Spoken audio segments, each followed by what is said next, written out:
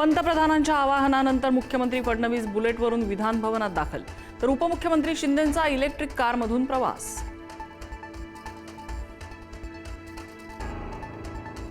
मुंबईत सीएनजीच्या दरात 2 रुपयांनी वाढ। मुंबईत सीएनजीचे प्रति किलो दर 84 रुपये।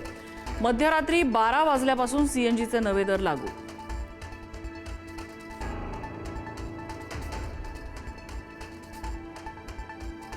अमूल आणि मदर डेअरीच्या दूध दरात प्रति लिटर 2 रुपयांची वाढ। आजपासून देशभरात दरवाढ लागू। वाढत्या खर्चामुळे दुधाच्या दरात वाढ।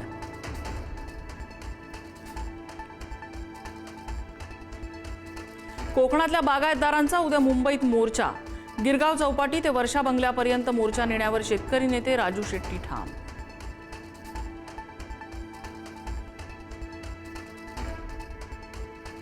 मंत्रालयासमोर कांदा प्रश्नी शेतकऱ्यांचं आंदोलन। कांद्याचे दर घसरल्यानं किसान काँग्रेस आक्रमक। शेतकऱ्यांचे प्रश्न मार्गी लावण्याची मागणी।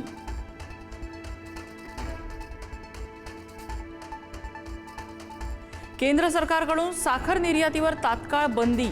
देशांतर्गत साखरेचे दर नियंत्रणात ठेवण्यासाठी आणि पुरवठा सुरळीत ठेवण्यासाठी निर्णय। बंदी 30 सप्टेंबर 2026 पर्यंत किंवा पुढील आदेशापर्यंत लागू।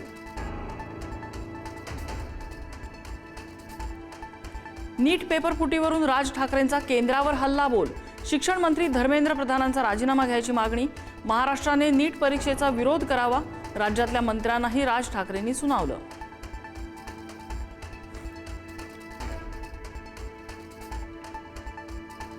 सुनील तटकरे आणि प्रफुल्ल पटेल क्षमता असणारे राज्यातले नेते। शरद पवारांकडून तटकरे आणि पटेलांचं कौतुक। राष्ट्रवादीचे नेते आनंद परांजपे यांचा पक्षातून राजीनामा। सुनेत्रा पवारांकडे राजीनामा सोपवत मानले आभार। शिंदेंच्या शिवसेनेत जाणार असल्याची चर्चा।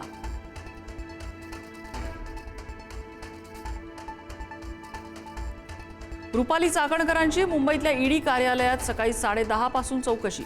समता पतसंस्थेतील बनावट खाती, आर्थिक व्यवहार आणि खरातशी संबंधित संस्थांमधल्या सहभागासंदर्भात ईडीकडून चौकशी।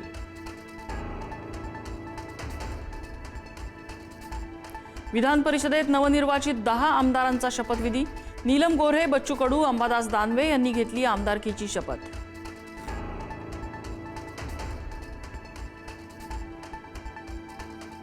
गर्डर लॉन्चिंगसाठी मध्य रेल्वेचा 15 ते 18 मे दरम्यान रात्रकालीन विशेष ब्लॉक। कुर्ला ते भांडूप दरम्यान काही लोकल सेवांमध्ये बदल। नियमित रेल्वे वाहतुकीवर परिणाम नाही।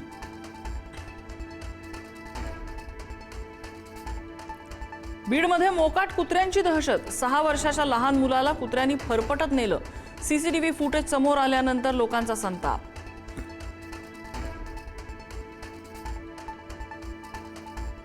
सांगलीच्या जत आणि मिरजेत वादळी वाऱ्यांचा कहर।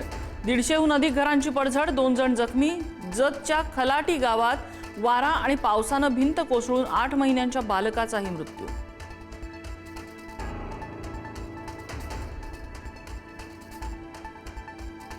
उत्तर प्रदेशात वादळ आणि सोसाट्याच्या वाऱ्यामुळे 100 जणांचा मृत्यू।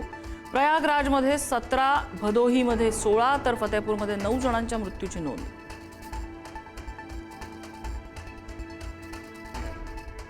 दिल्लीत निर्भया घटनेची पुनरावृत्ती। खासगी बसमध्ये महिलेवर सामूहिक अत्याचार। पोलिसांनी 2 आरोपींना केली अटक। गुन्ह्यात वापरलेली बसही जप्त। व्ही.डी. सतीशन होणार केरळचे नवे मुख्यमंत्री। काँग्रेसकडून व्ही.डी. सतीशन यांच्या नावाची घोषणा। के.सी. वेणुगोपाल यांचा पत्ता कट।